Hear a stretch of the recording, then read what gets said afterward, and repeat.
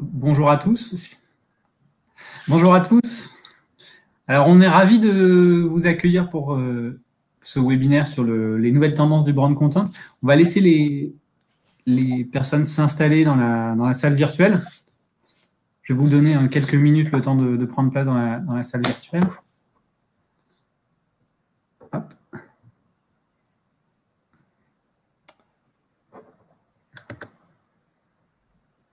Non. Hop. Voilà.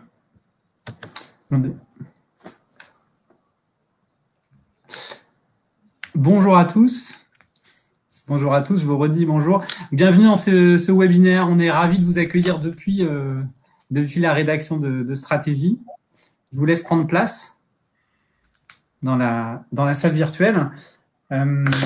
On est à la rédaction de stratégie et je vous présente d'ailleurs, pour ceux qui sont déjà là pendant que les autres s'installent, le dernier numéro de Strat, qui est en exclusivité mondiale puisqu'on l'a bouclé hier soir, qui est sur le thème de l'engagement des marques. Black Lives Matter, les marques s'engagent, opportunisme ou mouvement de fond. Je vous laisse vous installer et prendre place dans la salle virtuelle. Voilà, le dernier numéro de stratégie. Je vais accueillir mes trois invités qui vont nous accompagner sur ce thème des nouvelles tendances du brand content. Alors, avec nous ce soir, il y a Sandrine Placereau, qui est DG et fondatrice de We Are Social. Bonsoir Sandrine. Bonsoir Gilles, bonsoir à tous. Il y a aussi Daniel Beau, qui est le CEO de Calicanti et puis auteur d'un ouvrage qui vient de paraître tout juste, Brand Content, les clés d'une stratégie éditoriale efficace et pérenne, chez Duno. Bonsoir Daniel. Bonsoir Gilles. Effectivement, je vais faire le sandwich. Voilà, il vient de sortir. Il vient de sortir, hein, il est tout chaud. Et puis Mathieu Audonnet, qui est à la fois responsable des programmes de Paris School of Content et puis qui est directeur associé et Chief Content Officer de l'agence Pavillon Noir. Bonsoir Mathieu. Bonjour à tous. Alors je vous laisse vous installer. Je vois que vous êtes de plus en plus nombreux à prendre place autour de cette table virtuelle. Donc on est toujours à la rédaction de stratégie ce soir. Pendant que vous êtes en train de prendre place, je vais dire peut-être deux mots sur le Grand Prix du Brand Content. Donc à stratégie, on est très fiers, comme chaque année, de mettre en place et de déployer ce Grand Prix du Brand Content. Là, on en est à la 9e édition. C'est un des plus gros Grands Prix de Strat, avec 150 dossiers chaque année, une soixantaine de participants.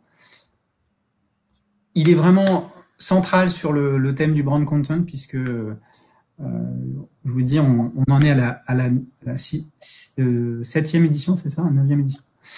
Et puis, 9e édition, pardon, on est allé un peu vite.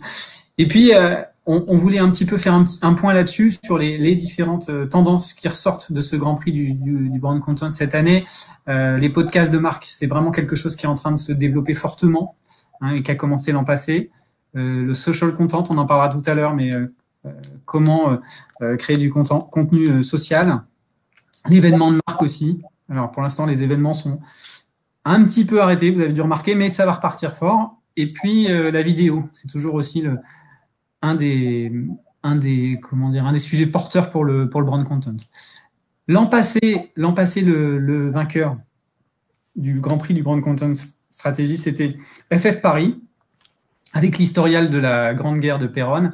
En fait, FF avait reconstitué, c'était une opération vraiment originale, ils ont reconstitué le visage du soldat inconnu.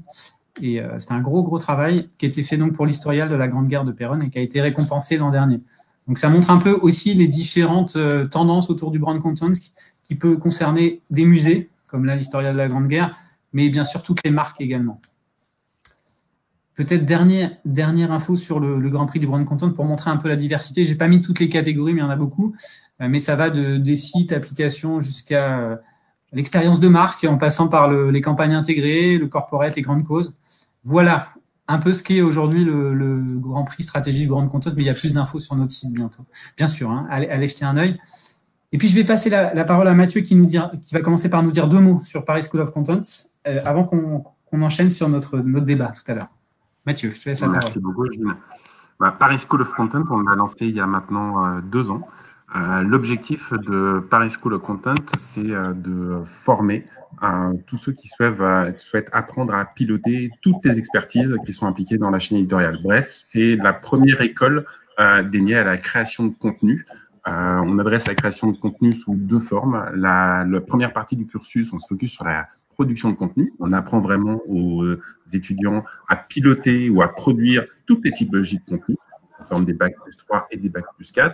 Et puis, dans la deuxième partie du cursus, on prend un petit peu de hauteur et on leur apprend à analyser, définir, déployer une stratégie éditoriale dans un cursus de Content Director. On a lancé ce cursus parce que je suis également un directeur associé de Pavillon Noir. Moi, j'ai 35 employés et on a énormément de mal à recruter des profils qui adressent l'intégralité de la chaîne de valeur sur le contenu. Des profils qui soient capables de piloter aussi bien une production sur une fiction sonore qu'un asset vidéo assez important ou une prod beaucoup plus agile avec énormément de photos à dédier aux réseaux sociaux. Donc, on a voulu créer cette formation pour pouvoir faire grandir les talents et puis repérer les nouveaux talents sur le marché. Bien évidemment. C'est une formation qui se déroule en alternance, donc vous êtes en prise avec le terrain, vous travaillez avec des véritables professionnels et vous pouvez mettre en œuvre ce que vous apprenez au quotidien. Cette année, on a lancé une étude de cas assez impressionnante avec Benoît Ménard, qui a été notre parrain de promotion. Et une étude de cas, c'était un lancement de produit dont je ne peux pas vous parler parce que c'est confidentiel, mais c'est un lancement de produit. Et l'idée, c'était dans un premier temps de définir une stratégie éditoriale et ensuite, dans un second temps, de la produire. Alors, ils n'ont pas tourné, spoiler alerte, avec Antoine Griezmann, bien évidemment. L'idée, c'était de pouvoir prendre un comédien qui puisse le remplacer. Et ensuite, cette étude de cas, elle a été pitchée à l'ensemble des équipes marketing de Puma et à des patrons d'agence comme Wally, le founder et CEO de Darwin, qui vient de la chaise, et évidemment Magali, qui est derrière cet écran, la conférence, et directrice de l'école Paris School of Content. Donc l'idée, c'est véritablement de vous mettre aux prises avec les plus grands experts dans leur domaine. Concrètement, on apprend au quotidien avec des talents qui viennent de médias, d'agences, de marques ou de producteurs. On a des talents assez inspirants. Alors, je ne vais pas tous les citer, mais Guillaume Aubert a marqué cette année avec plusieurs opérations de contenu assez passionnantes, qui est le creative director de Combini, enseigne la création de contenu. Marine Maugrin, gagneur, qui est l'auteur de la série Mentals, qui a été maintes fois primée cette année, et qui fait la une de tous les médias, qui vient apprendre l'écriture. Ou encore Fabienne et Damien, les creative directors de Darwin, qui viennent apprendre la création publicitaire, mais appliquée aux réseaux sociaux. Voilà. L'objectif de cette formation, c'est de vous donner toutes les clés pour piloter une stratégie de contenu et en piloter la production et savoir la déployer. Merci Mathieu. Il faudrait que tu jettes un œil à ton micro parce que et je demanderai aux autres peut-être par alternance de couper vos micros parce que je vois qu'il y a un peu d'écho de temps en temps. Donc quand vous parlez pas, si c'est possible de couper le micro. Et petite réponse, on nous demande dans le chat en fait si certains n'entendent pas. Effectivement, je crois que sur Internet Explorer ça marche pas toujours. Donc dans ces cas-là, changer de navigateur et sur Firefox ça a l'air de fonctionner. Voilà. Alors première question à tous les trois, pourquoi le brand content est central dans les stratégies de marque et de médias aujourd'hui? Alors Sandrine, pourquoi le brand content est devenu central aujourd'hui? Alors déjà, je vais essayer de... Donc du coup, bonsoir à tous pour ceux qui viennent d'arriver. Je suis Sandrine Plessereau, présidente et fondatrice de WR Social. Je vais donner ma définition du brand content parce que c'est la problématique, c'est qu'on a tous notre définition du brand content. Pour moi, en fait, le brand content, c'est vraiment une façon de créer de la préférence de marque sans passer sa journée en tant que marque à dire achète-moi, achète-moi, je suis la meilleure marque. Donc c'est vraiment une façon de s'inscrire dans la quotidienneté en fait de son audience. Voilà. Donc tu t'inscris dans les centres d'intérêt de ton audience, soit tu les divertis, tu leur apprends des choses, etc. Et comme les marques en fait elles font partie de nos vies, elles font aussi partie de nos vies sur les réseaux sociaux. Et c'est pour ça que pour moi le brand content, et on l'a vu quand tu parlais des catégories du Grand Prix, il y avait effectivement une catégorie social content. Pour moi, le brand content, il s'exprime, en tout cas pour ma part, quasi exclusivement en fait sur les réseaux sociaux ou des jeux vidéo, et on y reviendra, et peut-être du podcast. Alors, les réseaux sociaux, du coup, on les utilise un peu comme… ah oui, et je montre pas mes slides, donc forcément, voilà. Donc les réseaux sociaux, effectivement, aujourd'hui, ils sont un peu le récepteur en fait de tout le contenu qu'on va créer pour les marques. Et ces contenus, en fait, ils sont extrêmement vus sur les réseaux sociaux, puisque les réseaux sociaux aujourd'hui, avant le confinement, les Français passaient près de 2 heures par jour sur les réseaux sociaux, et 2h50 pour la génération Z. Après le confinement, donc vous voyez, ça c'est une étude qu'on sort tous les ans, Global Digital Report, mais qu'on a mis à jour à l'ère du confinement, avec une augmentation du temps passé sur les réseaux sociaux, quelle que soit la catégorie d'âge, donc plus 58% pour les plus jeunes, mais c'est quand même plus 32% pour les plus jeunes. Et une récente étude de Global Web Index souligne qu'en fait, ce temps passé, enfin le temps qu'on a investi sur les réseaux sociaux, on n'est pas prêt de le perdre après confinement, puisque les Français disent qu'ils passeront à peu près 10% de plus qu'avant confinement sur les réseaux sociaux. Donc effectivement, le social media, c'est un bassin d'audience formidable, et donc c'est aussi un bassin sur lequel on va poster tout ce contenu de marque, ce brand content. Mais pour moi, en fait, les réseaux sociaux sont pas le seul, on va dire, récepteur en fait du brand content.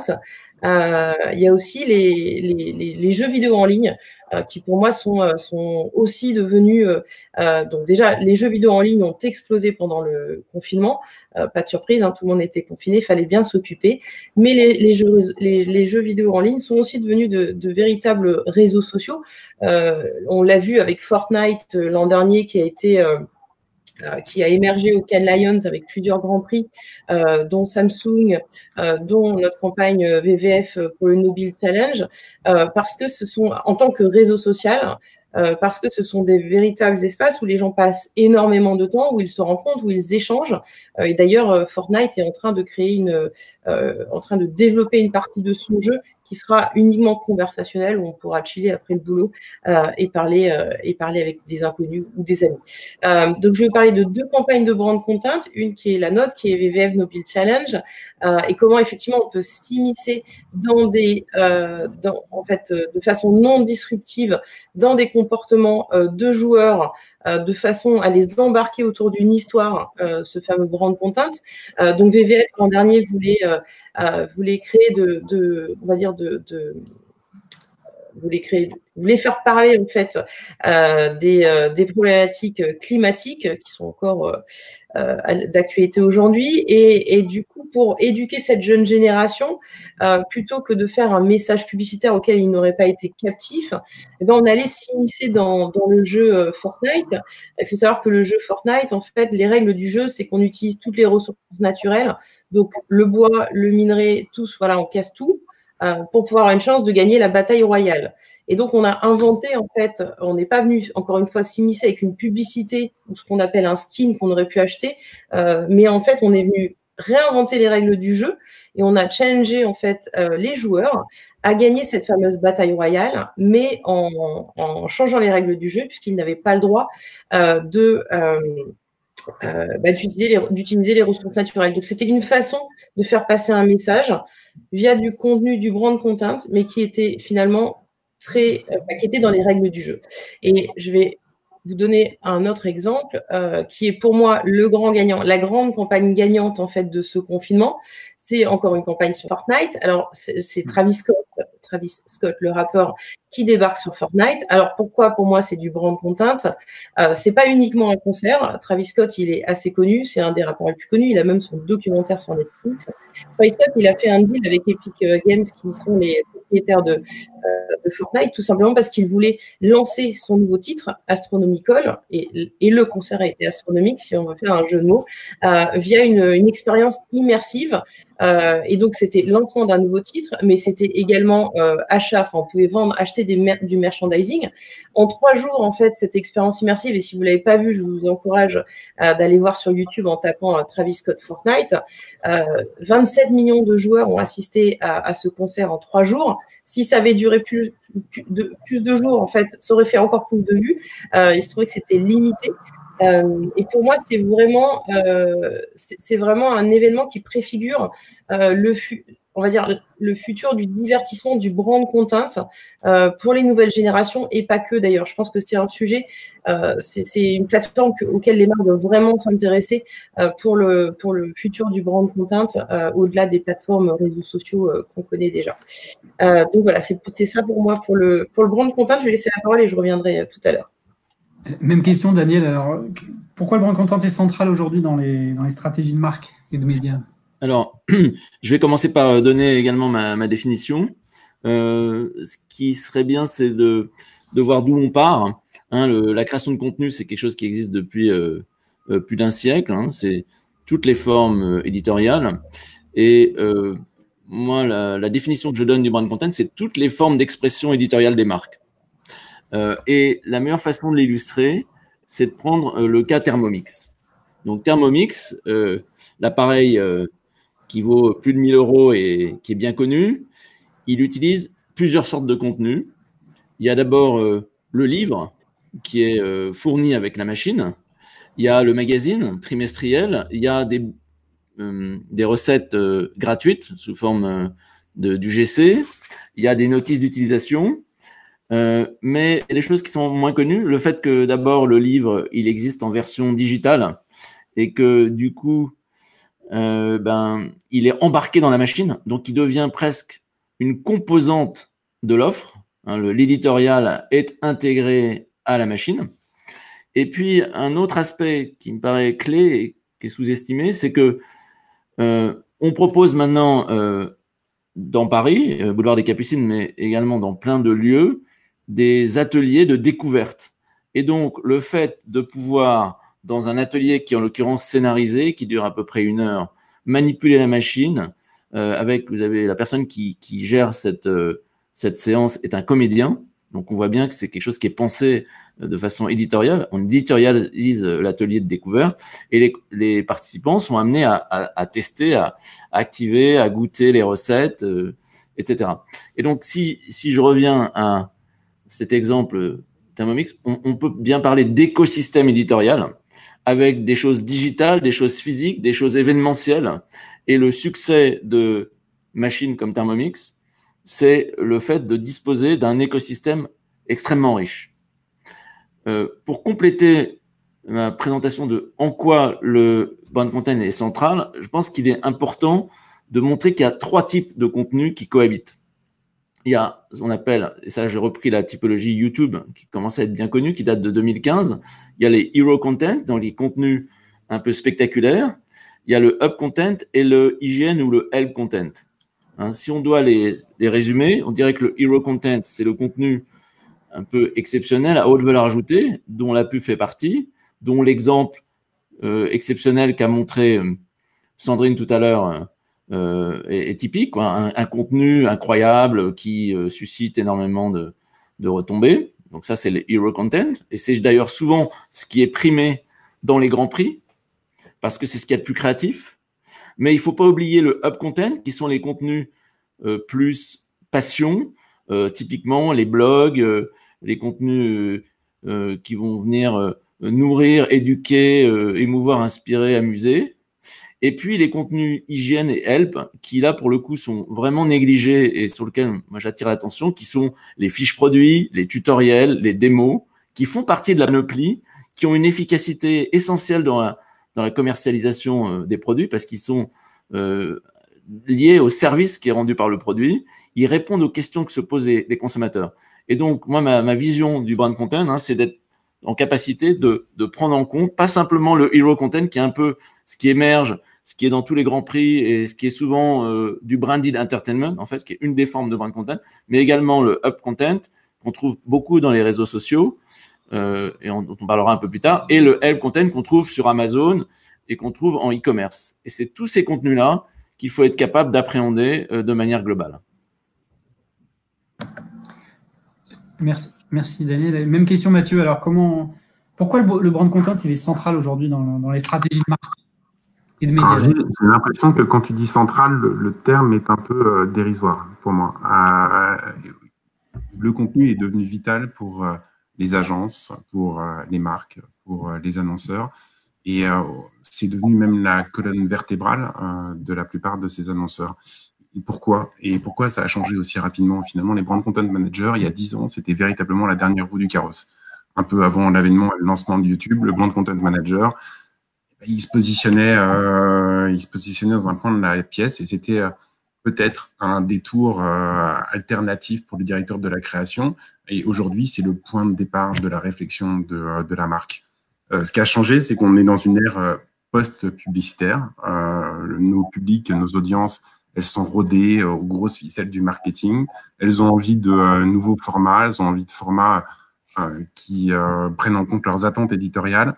Et donc, pour répondre à ta deuxième question, la définition du brand content, je dirais que le brand content, c'est surtout le reflet pour moi de la capacité d'écoute des audiences. C'est votre capacité dans la pub. Avant, on avait un discours très publicitaire, très top-down, où des marques très hégémoniques ne parlaient que d'elles-mêmes. Aujourd'hui, on attend surtout des marques qu'elles soient capables de vous écouter, capables d'être agréables, capables d'être intéressées, capables d'être bienveillantes. Et ça aussi, ça fait partie des attentes éditoriales. Donc, le brand content, c'est vital pour les marques, pour les agences, pour les annonceurs. Et surtout, le plus important, c'est de réussir à écouter pour produire un contenu qui soit adapté aux attentes. Alors, on comprend la place du brand content aujourd'hui. Si je devais vous demander à tous les trois des exemples, on en a parlé un peu avec Sandrine déjà tout à l'heure, mais de marques les plus inspirantes, les plus intéressantes aujourd'hui, Daniel, ce serait quelle marque? Alors, d'abord, j'avais interrogé en 2014 via le club des annonceurs des 80 managers de contenu chez les marques. Et ce qui était ressorti à l'époque, c'était en particulier ces marques-là. Donc Red Bull était la grande référence. Leroy Merlin suivait derrière. Alors, dans le livre qui paraît donc en juin, on a identifié une cinquantaine de marques qu'on considère référentes.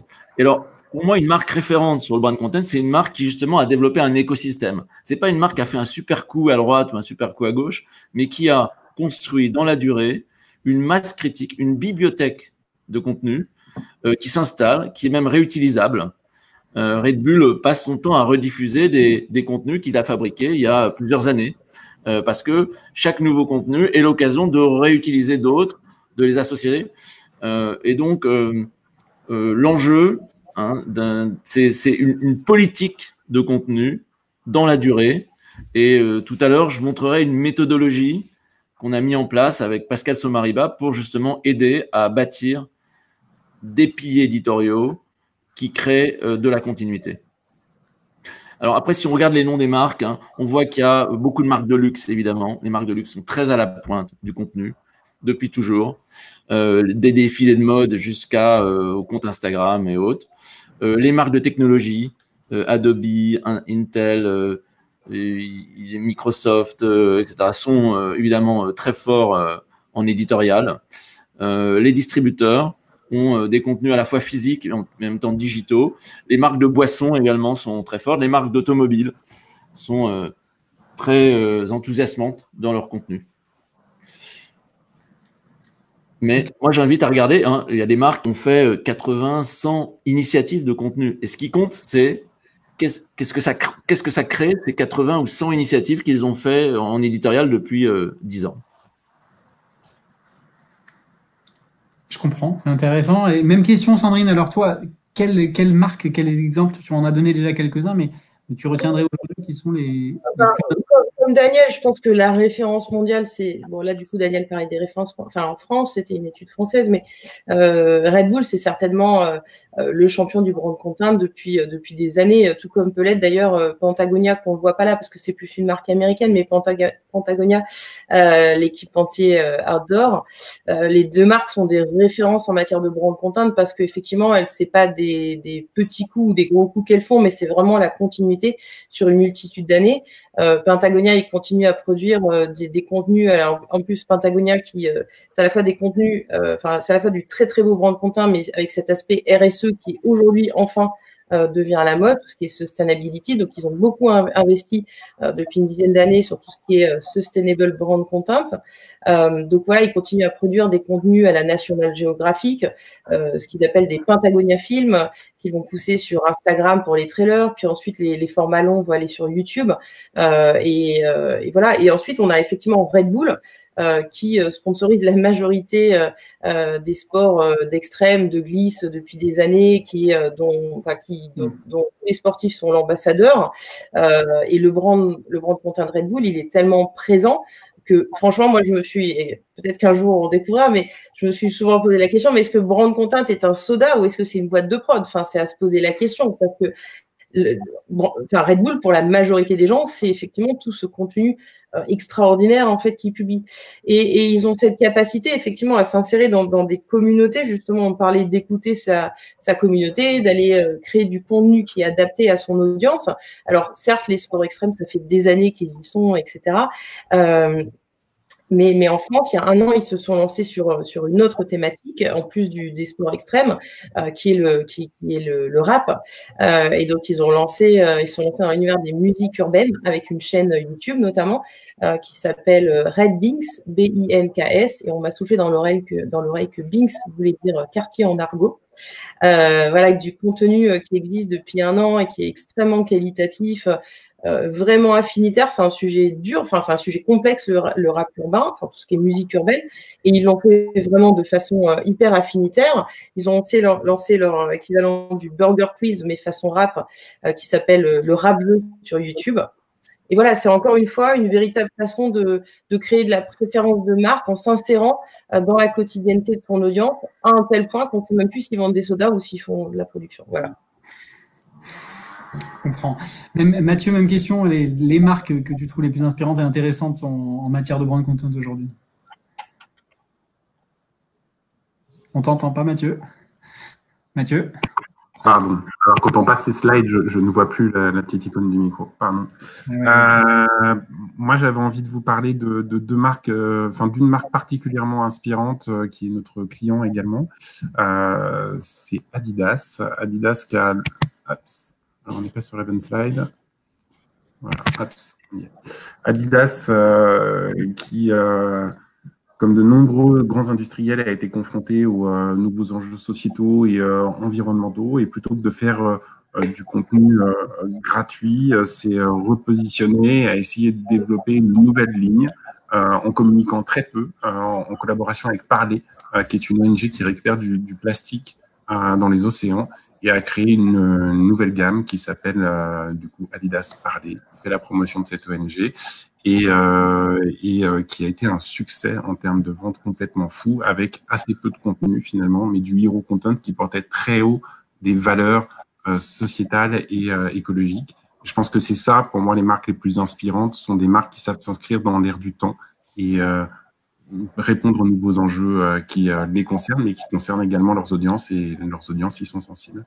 Donc Adidas est Parler, une grande marque qui ose et qui se positionne pour devenir actrice du changement. Et puis Adidas toujours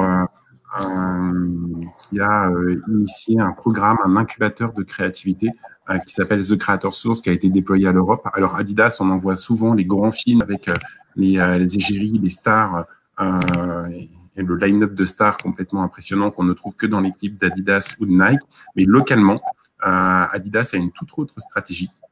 Et aller identifier des talents montants, pas des influenceurs, des gens qui sont complètement inconnus, mais qui sont talentueux, et leur a permis, dans une démarche très authentique et sincère et solidaire, leur a permis, à travers cet incubateur, de développer leur créativité et d'avancer dans la vie, de signer des contrats. Et vous le savez, quand un Antoine Griezmann ou d'autres talents sportifs sont repérés par des marques comme Puma, Nike ou d'autres marques de sportswear, elles les repèrent très tôt. Ils ont 15 ans, 16 ans. Et l'objectif pour des marques comme celle-là, c'est de réussir à aller spotter les talents créatifs ou les talents sportifs le plus tôt possible. Et à travers ce type de programme d'incubateur de créativité, on va déceler les talents montants et on va leur permettre de se réaliser, de créer des œuvres avec la marque et ainsi de créer une relation sur le long terme. C'est important d'être là dès le début.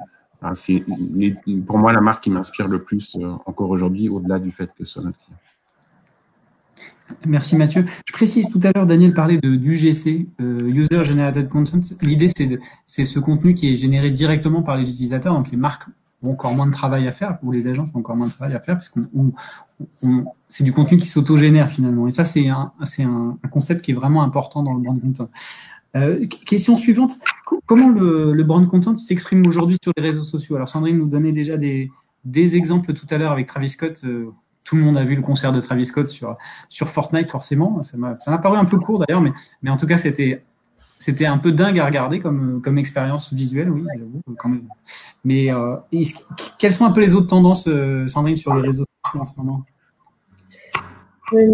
Alors, moi, j'ai pas fait cette question comme ça, donc je ne vais pas parler des tendances. Je peux parler des tendances. En fait, les tendances, elles se sont aussi, effectivement, on a tous été confinés, on a surutilisé les réseaux sociaux, on n'avait pas accès à la salle de sport, on n'avait pas assez accès au cinéma, donc effectivement, toutes nos habitudes se sont complètement digitalisées avec effectivement des cours de sport sur Instagram Live, on s'est tous mis à la cuisine, donc forcément, ça va avoir un impact sur le consommateur.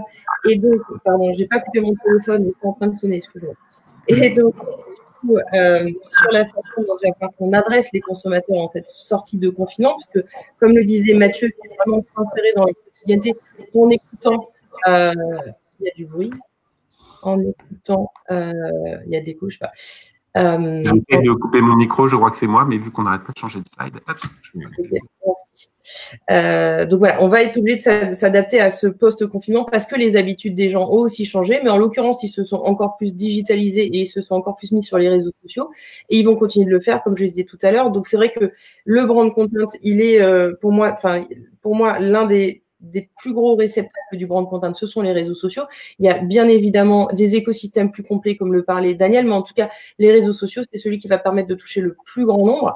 Alors, comment est-ce qu'on touche le plus grand nombre sans, entre guillemets, ce que je dis, saouler son audience? C'est-à-dire que quand on suit une marque sur les réseaux sociaux, on la like, elle est dans sa poche puisqu'elle est dans son téléphone, elle nous envoie potentiellement des messages tout le temps.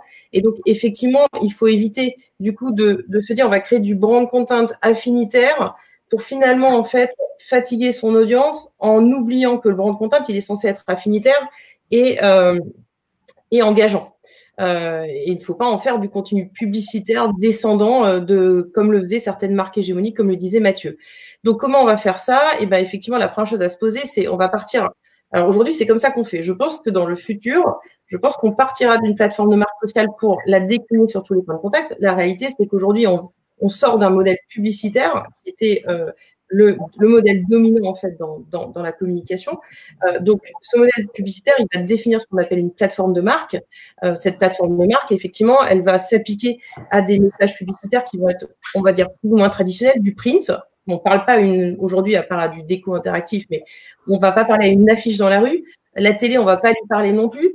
Et donc, cette plateforme de marque publicitaire, elle est quand même elle n'est pas conversationnelle. Donc, nous, ce qu'on va faire dans un premier temps, c'est essayer de la socialiser, de la rendre plus sociale, c'est-à-dire engageante et conversationnelle. L'idée, c'est pas de la transformer. Hein. Ils ont une plateforme de marque, il faut que toutes les touchpoints soient cohérents. On va la rendre plus engageante, plus conversationnelle, et sur la base de cette plateforme de marque sociale, on va définir ce qu'on appelle une charte éditoriale. Daniel en a parlé, il y reviendra, mais une charte éditoriale, c'est-à-dire quel est le tone of voice de la marque sur les réseaux sociaux, c'est-à-dire comment elle va s'exprimer, quel champ lexical, est-ce qu'elle va vous voyer, est-ce qu'elle va tutoyer, ensuite on va quel langage éléments sémantiques on va privilégier, quelles sont les offres qu'on va bannir. Ça c'est extrêmement important parce que c'est vrai que quand on est sur une campagne publicitaire qui a un one-off, bon, bah, finalement, on va tous repasser dessus, on se dira, OK, cette campagne publique. Mais en fait, quand on travaille sur les réseaux sociaux en brand content, c'est toute l'année. Donc, c'est encore plus important d'avoir une charte éditoriale parce qu'on va s'exprimer quasiment tous les jours et donc, on n'a pas le droit à l'erreur. Donc, cette charte, elle est extrêmement importante. Donc, effectivement, une charte éditoriale, un tone of voice, mais aussi des piliers éditoriaux. Les piliers, on va parler de quoi? Parce que l'idée, c'est pas juste si je suis Coca-Cola, par exemple. L'idée, c'est pas de parler de Coca tout le temps et de dire mes bulles sont meilleures que Pepsi, par exemple. Donc, il va falloir s'insérer dans des piliers éditoriaux qui sont affinitaires avec sa cible. Par exemple, Red Bull, un de ses piliers éditoriaux, c'est le rap. Le deuxième pilier éditorial, ce sont les sports extrêmes. Voilà, c'est ce genre de travail qu'on va faire. Et puis, on va commencer à produire. Donc, par exemple, alors, ce qui est intéressant, comment on fait ça? Alors, je ne sais pas si c'est le cas de beaucoup d'agences, mais je pense que ça sera le cas dans le futur. Chez nous, depuis 3 ans, on a créé un pôle éditorial dédié. Donc, on a une directrice, on a un directeur de création, mais on a aussi une directrice de création éditoriale, dont c'est le métier en fait de travailler sur les chartes éditoriales avec son équipe. Une fois que tout ça est posé, en fait, on va produire. Et donc là, ça repart du côté du directeur de création.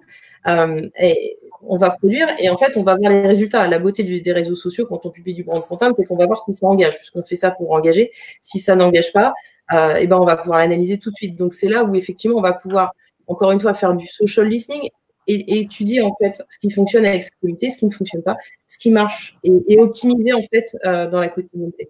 Et bien sûr, j'ai toujours pas mis mes slides, donc c'est pas grave. On a compris tout. Il n'y a pas de souci. On bon. enchaîne. Ouais, t'inquiète, on continue. On enchaîne avec Daniel parce que je vois que Mathieu avait un petit souci. Daniel, même question. Est-ce que les réseaux sociaux, c'est un terrain propice au brand content? Bien sûr, les réseaux sociaux, ça correspond plutôt à ce que j'appelais tout à l'heure up content. Ça, c'est les contenus passion, les contenus thématiques. Alors, moi, je distinguerais LinkedIn, qu'on a beaucoup vu pendant le confinement. On voit qu'en B2B, LinkedIn est un outil de diffusion de contenu professionnel extrêmement intéressant. Et puis, Instagram. Alors, ce qui est intéressant sur Instagram, c'est de voir que cohabitent des contenus qui émanent de la marque. Là, j'ai pris le cas de Moët & Chandon. À gauche, vous avez les contenus produits par la marque. À droite, vous avez les contenus produits par les consommateurs. Et en fait, ce qu'il faut accepter dans le principe des médias sociaux, c'est cette cohabitation entre de l'éditorial émanant de la marque et de l'éditorial émanant des consommateurs. L'autre notion que je voudrais évoquer concernant Instagram, c'est que la marque s'exprime sous forme de mood board, d'une certaine manière. Ça ressemble à des mood boards. Alors, on s'aperçoit que la dimension valorisation commerciale d'Instagram est beaucoup plus évidente sur des produits lifestyle, sur des produits de luxe, parce que ça devient presque des catalogues visuels, que sur d'autres produits où ça donne plutôt l'ambiance de la marque. Voilà. C'est quelques réflexions sur, oui, le contenu social, c'est pour le hub, c'est du contenu donc en continu, avec différents piliers éditoriaux, et ça j'y reviendrai, et ça s'applique aussi bien en B2B qu'en grand public. Ouais, Est-ce que je peux revenir juste sur un petit point de Daniel sur la catégorie de produits en fait sur les réseaux sociaux? Daniel, tu disais que pour toi, les contenus sur les réseaux sociaux, c'était la catégorie hub.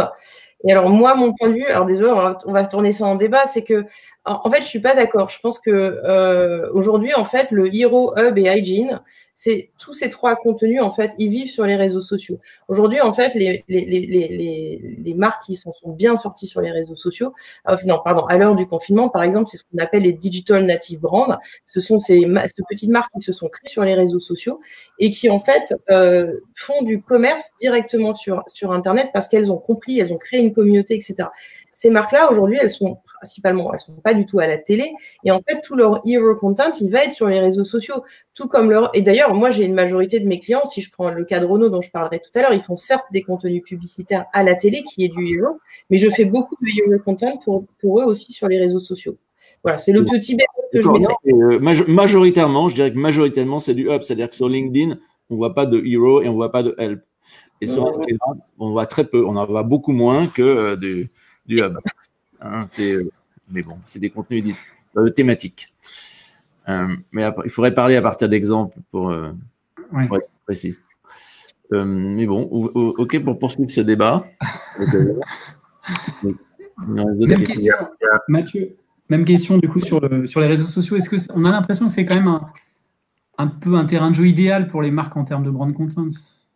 Il y a du visuel, il y a du user-generated content, donc les utilisateurs s'en emparent. C'est vraiment le terrain de jeu parfait.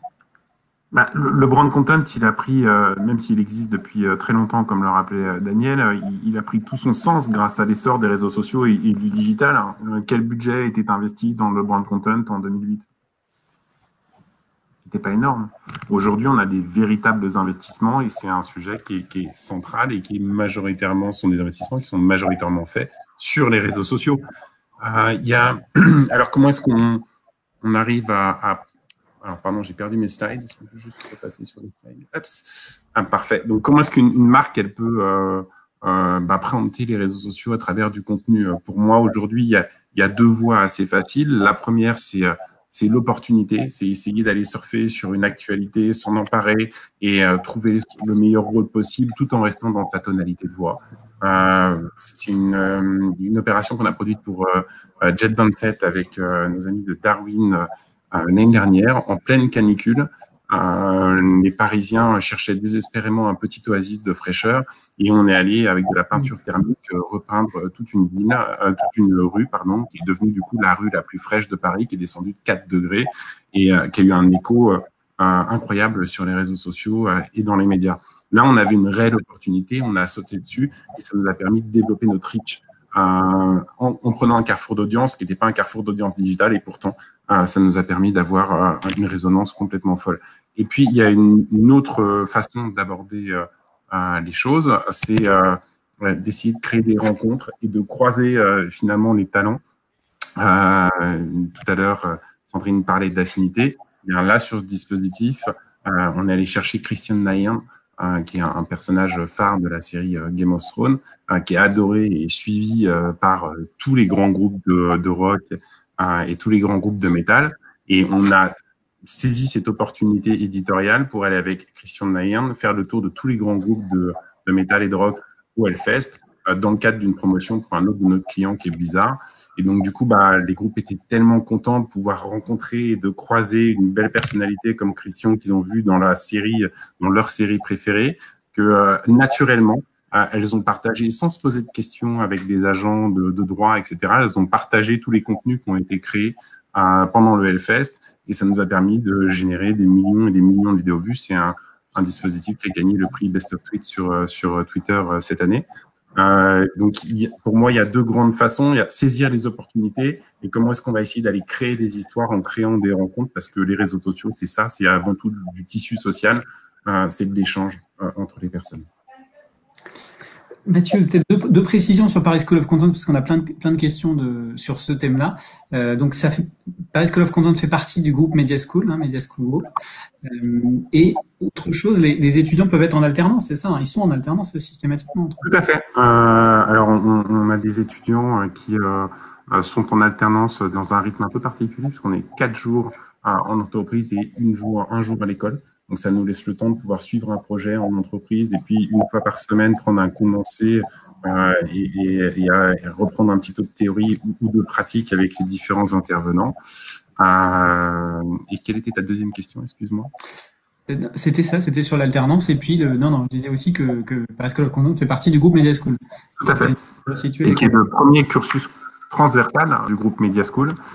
Donc, l'idée avec cette école, c'était d'aller chercher des expertises qui sont souvent silotées. On apprend de la stratégie sociale plutôt dans des cursus très digitaux. On apprend de la production de contenu dans des cursus qui sont scindés entre la photo, la vidéo, parfois des cursus qui sont plus des cursus d'ingénieur du son, rien que pour apprendre à faire un podcast cohérent. Là, l'idée, c'était vraiment de s'appuyer sur l'ensemble des écoles du groupe qui sont, en l'occurrence quelques-unes, Sub de Prod, l'ECS, l'IEJ, et Sub de Web, pour mutualiser toutes les expertises dont on avait besoin pour couvrir l'intégralité de la chaîne de valeur et pouvoir leur apprendre sur chacun des maillons de la chaîne à être le plus pertinent, le plus efficient possible dans sa stratégie de contenu. Je comprends. Alors, on continue avec notre sujet du brand content aujourd'hui. On voit aussi que depuis l'arrivée du Covid, les prises de parole des marques sont plus délicates. Elles hésitent parfois à s'engager, à prendre la parole, comme cette semaine d'ailleurs, c'est notre sujet, je vous le disais tout à l'heure, sur le Black Lives Matter, est-ce que les marques doivent y aller ou pas? Sur le brand content, on se pose un peu la même question aujourd'hui. Est-ce que finalement, dans une période comme celle-là, un peu anxiogène, comment prendre la parole? Est-ce qu'on peut garder ce ton? On a l'impression que dans le brand content, c'est souvent un ton un peu léger. Comment c'est compatible avec cette période qui est un peu anxiogène, Mathieu?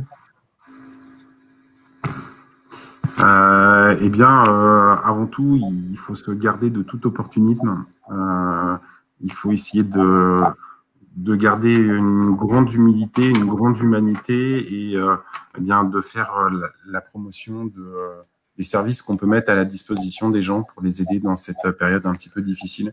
Voilà, la campagne qui m'a le plus parlé sur cette période, dans ce contexte un peu complexe, où j'ai perdu mon grand-père. C'était la campagne On reste ensemble d'Orange, qui est une campagne assez magique dans laquelle on pouvait adresser à nos grands-parents qui étaient à l'hôpital un message à travers la télé. Et pardon, je suis désolé. Et j'ai trouvé cette campagne touchante avec un insight fort. Et finalement, la marque n'avait pas besoin de s'afficher, de se surafficher. Le bénéfice produit était évident tout de suite. Et surtout, le message était particulièrement beau et simple. On comprend, Mathieu, et on compatit. Et comment les marques peuvent parler, peuvent prendre la parole, Daniel, pardon, dans cette période qui est un peu touchy et concilier brand content et donc Covid, tout ce côté-là, en fait. Comment c'est compatible? L'idée, c'est que les marques, elles doivent se rendre utiles. Hein, elles sont pas là pour parader dans cette période. Moi, ce sur quoi j'insisterai, c'est sur la dimension singulière. Je trouve que on a beaucoup entendu les marques sur le même sujet, à savoir l'hôpital, accompagner les soignants, etc. C'est très bien, mais le problème, c'est que si tout le monde est sur la même thématique, ben à la fin, il y en a peu qui émergent. Alors qu'il y a d'autres thématiques d'entraide. Hein. Moi, j'insisterai par exemple sur un sujet sur lequel j'ai beaucoup travaillé, qui est aider les restaurateurs à survivre dans cette période difficile pour eux. Et donc là, il y avait largement possibilité d'aider par du contenu, par de l'incitation à aller chercher des plats à emporter. Enfin, il y avait une carte à jouer en dehors du sujet médical. Donc, j'insisterai, et ça, c'est des règles du marketing responsable. Un marketing responsable, il doit être stratégique, c'est-à-dire qu'il doit être en lien avec le cœur d'activité de l'entreprise, pas être marginal, il doit être holistique, il doit être singulier, il doit être pertinent, il doit être dans la durée et il doit être collaboratif. Donc, c'est la même chose. Dans les périodes délicates comme ça, il faut essayer d'avoir une stratégie éditoriale qui respecte ces règles. Même question, Sandrine, du coup, sur cette période délicate, comment ça se combine bien avec le brand content, même si dans le chat, on me fait remarquer que brand content ne veut pas dire forcément légèreté, ça peut être du contenu sérieux, bien sûr.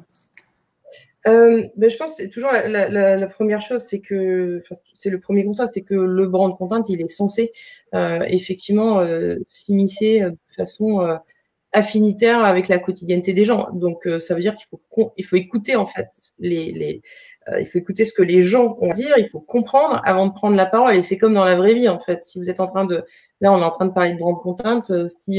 Si j'arrive et que je vous parle de football, je serai hors sujet en fait. Et donc c'est vraiment écouter, comprendre et prendre part. Nous, par exemple, les 10 premiers jours du confinement, on a dit à nos marques, ne prenez pas la parole en fait, parce que là, la phase, elle est à la sidération. Les gens s'en foutent un peu des marques, sauf quand on est Canal+ et qu'on offre effectivement la télé gratuite, là ça fait sens, enfin son abonnement gratuit, ou qu'on ait un Netflix, parce qu'on va aider les gens à passer cette période. Mais en l'occurrence, les gens ils étaient inquiets pour la santé. Les besoins étaient revenus à des besoins primaires, la nourriture encore une fois et la santé. Donc c'est vraiment d'essayer de comprendre le comportement des gens, et on a beaucoup analysé le comportement des gens tout le long en fait, de cette crise, avec des premières études qui montraient que les gens, en fait, ce qu'ils attendaient des marques, c'est qu'elles mettent en marche l'outil industriel pour aider à gérer la crise, qu'elles ont fait. Et puis, au fur et à mesure de la crise, en fait, on a quand même vu que finalement, les marques avaient repris leur place dans la quotidienneté. Mais je pense, enfin, ça ne s'applique pas, et j'essaye de passer le slide, et je ne sais pas commenter. Ouais. Ah. Et ça s'applique pas, je parlais effectivement de la crise du coronavirus. plus récemment, et du coup, on n'avait pas répété avec Gilles, et je ne savais pas que le nouveau stratégie était sur les marques, l'opportunisme, dans le cadre des prises de parole sur Black Lives Matter. Mais c'est un peu la même chose, c'est-à-dire que je ne sais pas si vous avez vu, mais c'était vers le 28 mai. Bon, du coup, suite au mouvement de contestation contre la mort de George Floyd, la NFL en fait a fait une tribune, un communiqué de presse en disant que voilà, ils étaient totalement opposés au racisme et que du coup ce qui se passait était totalement à l'encontre de leurs valeurs, etc., etc. Bon, moi je suis pas la NFL, mais quand j'ai vu ce truc-là, je me dis il y a quand même un truc bizarre parce que Colin Kaepernick, il y a 2 ans, il s'est quand même agenouillé pour défendre, enfin pour combattre en fait les violences racistes dont les joueurs noirs étaient victimes, et c'est bien pour ça que la NFL l'a viré puisqu'il s'était agenouillé. Et suite à ça, Nike l'a récupéré comme ambassadeur, etc. Et on connaît l'histoire depuis. Et ben voilà, en fait, ce qui s'est passé, c'est gestion de crise. Donc la NFL publie son communiqué de presse comme quoi ils sont contre les violences racistes, etc. Et tout Internet se met en bataille pour dire mais en fait vous vous foutez de nous parce que en fait Kaepernick c'était tout ce qu'il essayait de dire il y a 2 ans, et pour ça vous l'avez interdit de jouer et vous l'avez viré de la NFL. Et donc 2 joueurs de la NFL se sont pris à leur propre à NFL aussi, et il a fallu à gauche, il a fallu à droite effectivement que le patron de la NFL plusieurs jours plus tard fasse un mea culpa et qu'il explique qu'ils allaient investir effectivement dans le racisme. Donc tout ça pour dire tout ça, c'est une histoire de bon sens, en fait. Écoutez, comprenez et prenez la parole, mais pas de façon opportuniste, en fait. Parce que sinon, c'est gestion de crise directe. NFL, National Football League, hein, c'est ça, c'est le Ligue de football américain. D'accord. Alors, pour compléter ce débat et cette conférence sur le brand content, on va accélérer un petit peu, mais je voulais que Daniel, qui vient de sortir un ouvrage, de faire paraître un ouvrage sur le brand content, nous explique un peu les piliers du brand content. C'est un peu les bases pour bien comprendre le brand content aujourd'hui. Daniel. Oui, Gilles. En fait, dans cet ouvrage, dont le sous-titre est Les clés d'une stratégie éditoriale efficace et pérenne, avec Pascal Somariba, le co-auteur, on présente en détail une méthodologie qui vient de plein de collaborations avec des médias. Et Sandrine l'a un peu évoqué, mais je voudrais rentrer un peu plus en détail. Parce que pour une marque, d'abord, elle a plusieurs piliers de contenu. Vous savez, dans le positionnement publicitaire et dans le travail publicitaire, la copie stratégique, etc., on avait tendance à être focalisé sur un message clé. Là, on peut avoir des thématiques extrêmement différentes. Et je vais tout de suite prendre un exemple et après, comme ça, on pourra revenir sur la méthode. Si je prends l'exemple de Havana Club, ils ont 3 piliers de contenu. Ils ont un pilier qui est relatif à la production du rhum et tout le savoir-faire lié à la production du rhum. Ils ont un deuxième pilier qui est relatif à la consommation, à la mixologie, avec évidemment le mojito, etc. Et puis, ils ont un troisième pilier qui est autour de la culture cubaine. Et avec Havana Cultura, avec un film qui a gagné un grand prix stratégie il y a maintenant pas mal d'années, qui s'appelle Seven Days in Havana, on a vraiment une approche extrêmement exigeante de la culture cubaine et des différents arts, hein, c'est-à-dire la photographie, le cinéma, la danse, la littérature, la musique, etc. Ce qui est à noter sur cette approche où on vient de décrire 3 piliers, c'est que chaque pilier fait l'objet d'une approche éditoriale qui est spécifique. C'est-à-dire que l'approche éditoriale qui est utilisée pour parler de la culture cubaine n'a rien à voir avec l'approche éditoriale qui est utilisée pour parler des mojitos et de la mixologie. Donc, c'est pour bien expliciter le fait que la manière de traiter le contenu va être différente d'un pilier à l'autre. Ensuite, ce que Sandrine appelait le tone of voice, nous on appelle ça le ciment, c'est le fait que l'ensemble des contenus produits par la marque doivent être imprégnés des valeurs, des éléments expressifs, de la vision éthique, de la personnalité, de l'identité de la marque. Et donc, c'est ça qui va donner la cohérence et qui va donner l'appropriation des contenus par les marques. souvent les journalistes s'inquiètent du fait que les marques vont intervenir éditorialement dans les contenus et que ça va être de l'autopromotion, etc. Je pense que les marques, elles sont beaucoup plus dans une intervention par le sens esthétique, par une vision, mais pas dans l'idée de déformer le contenu ou de le transformer dans leur intérêt. Parce que ça se voit tout de suite et que c'est tout de suite contre-productif. Ça se discute. Bon, après, il y a des cas. Il y a des cas qu'il faut dénoncer. Et il faut les dénoncer parce qu'ils sont nuisibles pour tout le monde. Mais après, ce qui est important, c'est non seulement les piliers, mais c'est les sous-piliers. L'originalité de cette méthode, c'est les sous-piliers. Et donc, parmi les critères pour choisir les piliers, hein, il y a la pertinence, il y a l'originalité, parce que si c'est un sujet déjà rebattu, l'attractivité pour la cible et pour la marque, l'utilité et la générativité. C'est-à-dire qu'un bon pilier, c'est un pilier qui va permettre de produire du contenu non pas pendant quelques semaines, mais qui va permettre de vraiment s'installer dans la durée. Générativité, un territoire fertile. C'est tout ça qui fait qu'à la fin, on a une bibliothèque de contenu vraiment solide et appropriée à la marque. Je comprends. Voilà.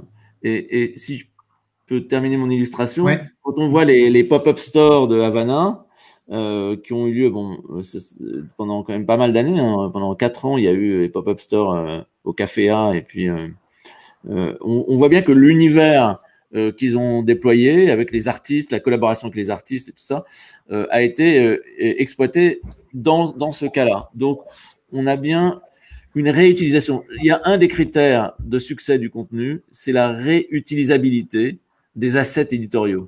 C'est-à-dire qu'à partir du moment où on crée des contenus, non pas pour faire des one-shots, pour craquer des allumettes et jeter les contenus, si on les pense comme des contenus réutilisables, c'est beaucoup plus puissant et c'est beaucoup plus efficace pour la marque.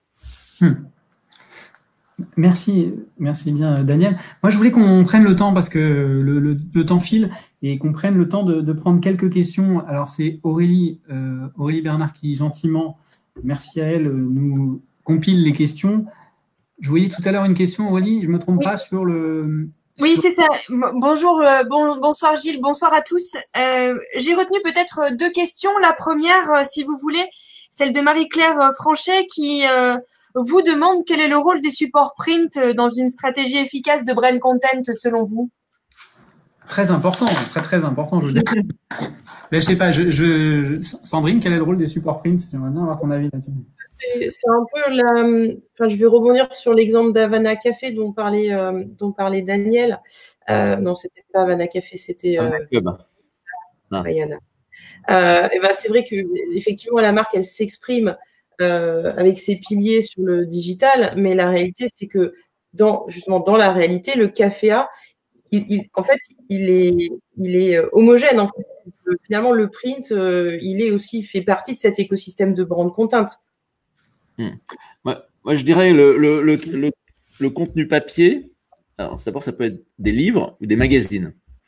Et ça fonctionne bien comme un cadeau. Parce que offrir un cadeau virtuel, c'est moins ressenti comme un cadeau que recevoir un objet. Et ce que j'avais constaté, c'est que vous avez des marques qui créent des magazines avec des périodicités genre tous les 2 ans. À une époque, j'ai vu une marque de culture culinaire, La Durée. La Durée a fait un magazine dont la périodicité était tous les 2 ans. Mais pourquoi un magazine plutôt qu'un livre? Parce qu'un livre, c'est quand même trop sacré. Donc, pour offrir comme ça à l'occasion d'un achat d'un gâteau, ça peut paraître exagéré. Donc, en revanche, un magazine, il y a un côté plus léger. Voilà. Donc, il y a deux types d'objets, le magazine et le livre, mais il faudrait aussi rajouter les objets physiques. Hein. Il y a plein de produits dérivés qui sont intéressants parce que ce sont des cadeaux de la marque. Et au-delà du print, je crois que la plus belle opération de contenu qu'on ait eu ces dernières années, c'est le carton plein, le papier peint, plein d'idées, plein d'histoires de BETC qui permettait de scanner différents personnages. Castorama, c'est ça? Tout à fait, Castorama, qui permettait de scanner différents personnages qui incarnaient les grands héros de l'imaginaire enfantin, et donc on pouvait ensuite raconter des histoires différentes à ses enfants juste en achetant j'ai trouvé ça hyper intelligent, hyper smart. Ça vient d'un support papier et ça répond à un vrai insight. Il y avait une vraie pertinence dans ce dispositif, donc il ne faut pas toujours opposer digital et et support print. Ça peut très bien se marier ensemble. On prend une autre question, Aurélie? Aurélie? Pardon. Vous m'entendez? Aurélie, est-ce que tu as vu d'autres questions? J'ai vu, je voyais tout à l'heure, sinon, une autre question sur le B2. Oui, j'allais vous la poser, Gilles, justement. Ah, C'était celle de Sophie Groussard qui vous faisait remarquer que vous preniez beaucoup d'exemples de B2C, mais peut-être quid des meilleures pratiques pour le B2B, peut-être? Je vais donner un exemple d'une marque en fait qui a l'air austère, qui avait l'air austère avant l'avènement du brand content sur les réseaux sociaux. C'est General Electric. General Electric qui crée des moteurs, c'est une boîte d'ingénieurs. Franchement, ça fait rêver personne. Et ben, suivez-les sur Instagram, et ça n'est qu'un exemple. Mais suivez-les sur Instagram, c'est une beauté en fait. C'est extrêmement visuel, ça démontre l'ingénierie, l'expertise, mais de façon très artistique. Compléter sur le B2B? Oui, sur le B2B, moi j'en citerai plusieurs. Je vois d'abord Steelcase. Steelcase, c'est le leader mondial du mobilier de bureau. Et il a un magazine qui s'appelle 360, qui est expert de la gestion de l'espace. C'est-à-dire comment les gens s'assoient autour d'une table dans un espace de bureau. Donc, ils ont 2 leviers essentiels dans leur stratégie de contenu. Ils fabriquent des chaises, des tables de bureau. Ils ont un showroom, c'est-à-dire que le siège social qui se trouve à la République, et je vous invite à visiter, il peut être loué, prêté à des clients, donc un showroom physique pour essayer les produits. Et ils ont des magazines qui sont issus de leur laboratoire de recherche, qui réfléchissent sur ce qu'on appelle la proxémie, c'est-à-dire l'art de gérer les distances dans l'espace.